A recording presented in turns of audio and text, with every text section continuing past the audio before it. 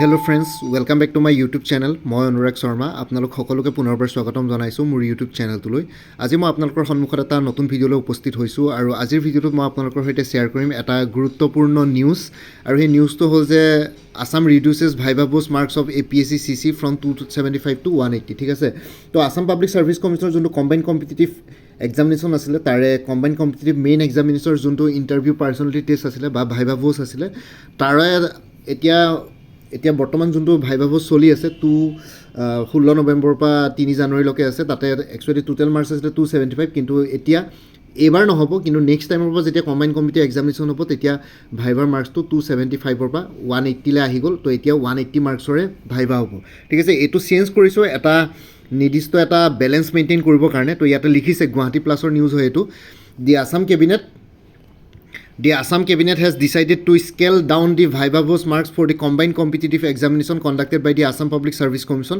This was decided in the meeting held on December 21. ঠিক আছে, আছাম কেবিনেটে এটা ডিচিশ্যন লৈছিলে 21 ডিচেম্বৰত হোৱা মিটিং এখনত যে APSCৰ যোনটো কম্বাইন কম্পিটিটিভ এক্সামিনেশ্যন আছিলে তাৰে যোনটো ভাইভা পোষ্ট আছিলে তাৰে মাৰ্কছটো 275ৰ পৰা 180লৈ ৰিডিউচ কৰা হৈছে, স্কেল ডাউন কৰা হৈছে। To ensure proper balance between written examination and viva post test, interview test, viva post marks for the combine competitive examination conducted by the Assam public service commission to be scale down from the existing 275 মানে 18.33% to 180, 12% of total written examination marks. The decision is in compliance with MP Besbura Committee and Supreme Court judgment in Ashok Kumar Yadav and others etc. versus State of Haryana and others case. Read a post shared by the chief minister of Assam, ঠিক আছে। তো basically এটা balance maintain কৰিবৰ কাৰণে কৰিছিলে, কাৰণ এতিয়া আপোনালোকে জানে APSCৰ কম্বাইন কম্পিটিটিভ এক্সামিনেশ্যনৰ যোনটো মেইনছ পাৰ্ট আছে তো তাতে আপোনালোকৰ অপশ্যনেল পেপাৰ্ছ কেইখন নাই। অপশ্যনেল পেপাৰ্ছ নথকাৰ কাৰণে আগতে 2000 মাৰ্কছৰ পৰীক্ষা হৈছিলে, 2000 মাৰ্কছ থাকোঁতে 275 মাৰ্কছৰ ভাইভা হৈছিলে। তো সেইটো বেলেঞ্চ মেইনটেইন হৈ আছিলে, কিন্তু এতিয়া বৰ্তমান যিহেতু অপশ্যনেল পেপাৰ্ছকেইখন উঠাই দিয়া হ'ল আৰু টোটেল মাৰ্কছ 1500, তো সেইটো কাৰণে ভাইভাৰ মাৰ্কছটো 180লৈ ৰিডিউচ কৰা হ'ল। আৰু 180লৈ ৰিডিউচ কৰিলে মানে 12% অফ দি টোটেল ৰিটেন এক্সামিনেশ্যনৰ মাৰ্কছখিনি হয়। মানে 1500 180 যদি 1500 পৰা 180 কৰে তেতিয়াহ'লে 12% হয়গৈ। 1500 মাৰ্কছৰ 180 to 12% হয়।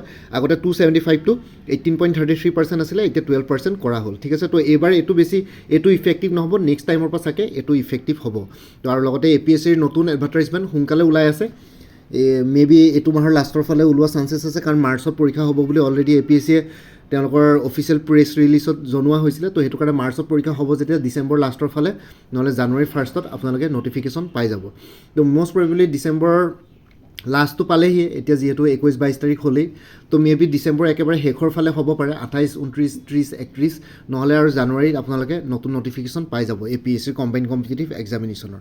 তো বাকী ইমান আছিলে, এইটো জনাবৰ কাৰণে মই ভিডিঅ'টো বনালোঁ। যিসকলে চিভিল ছাৰ্ভিচেছ এক্সামিনেশ্যন দিম বুলি ভাবিছে বা আছাম পাব্লিক ছাৰ্ভিচ কমিশ্যনৰ কম্বাইন কম্পিটিটিভ এক্সামিনেশ্যন দিম বুলি ভাবিছে তেওঁলোকে যদি গম পায়।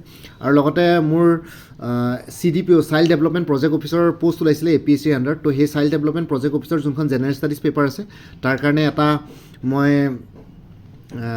CDPOৰ এক্সামটোৰ এটা মই ষ্টাডি মেটেৰিয়েলছৰ পেকেজ এটা এভেইলেবল কৰাইছোঁ। তো ষ্টাডি মেটেৰিয়েলছৰ পেকেজটো কোনোবাই যদি CDPO এক্সামৰ কেণ্ডিডেটছ আছে মোৰ চেনেলৰ লগত জড়িত, তেওঁলোকে চাইল্ড ডেভেলপমেণ্ট প্ৰজেক্ট অফিচাৰৰ যোনটো জেনেৰেল ষ্টাডিজৰ পেকেজ আছে সেইটো মোৰ পৰা ল'ব পাৰে। 399 ৰুপিছত 9000তকৈ বেছি মাল্টিপল চইচ কুৱেশ্যনছ পাই যাব, লগতে গোটেই জেনেৰেল ষ্টাডিজ পেপাৰখন কভাৰ কৰিছে। আৰু লগতে তাতে এটা হোৱাটছএপ নাম্বাৰ দিয়া আছে আৰু মেইল ID দিয়া আছে। সেই হোৱাটছএপ নাম্বাৰটোত আপোনালোকে মেছেজ কৰি জনালে হ'ল যে আপোনালোকে CDPOৰ পেকেজটোৰ জিকে পেকেজটোৰ প্ৰতি ইণ্টাৰেষ্টেড হয়। তো তেতিয়াহ'লে মই আপোনালোকক পেকেজটো তাতে চেণ্ড কৰি দিম PDF-ত, আপোনালোকক পে'মেণ্টৰ লিংক দি দিম।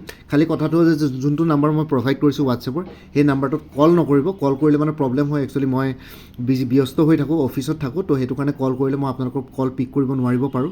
তো সেইটো কাৰণে আপোনালোকে কল নকৰি পেলাই হোৱাটছএপতে মেছেজ কৰিব। কিবা যদি ডাউট থাকে হোৱাটছএপত মেছেজ কৰি পেলাই সুধিব সেই নাম্বাৰটোত। খালি কথাটো হ'ল যে কল নকৰিব, কল কৰিলে অলপ প্ৰব্লেম হৈ যায় পটককৈ ধৰিব মেলিবলৈ। তো বাকী ইমানে আছিলে, এইখিনি ইনফৰ্মেশ্যন দিবৰ কাৰণে ভিডিঅ'টো বনালোঁ। বাকী চাইল্ড ডেভেলপমেণ্ট প্ৰজেক্ট অফিচাৰৰ ৰিলেটেড ভিডিঅ'ছবোৰ ভিউ কৰিবৰ কাৰণে এই ভিডিঅ'টোৰ ডেছক্ৰিপশ্যনত এটা লিংক দি আছে, CDPO APSC CDP 2023 বুলি, তাতে গৈ পেলাই ভিউ কৰি চাব পাৰিব। লগতে মোৰ আৰু এটা চেনেল আছে অনুৰাগ শৰ্মা অসম IQ বুলি, সেই চেনেলটোৰ লিংকটো এই ভিডিঅ'টোৰ ডেছক্ৰিপশ্যনতে শ্বেয়াৰ কৰিছোঁ। আপোনালোকে সেইটো চেনেলো ছাবস্ক্ৰাইব কৰি ল'ব পাৰিব, চ' ভৱিষ্যতলৈ এনেকুৱা ধৰণৰ কম্পিটিটিভ এক্সামছবিলাক দিয়াৰ ক্ষেত্ৰত আৰু অলপ এক্সট্ৰা গাইডেঞ্চ পাই যায়।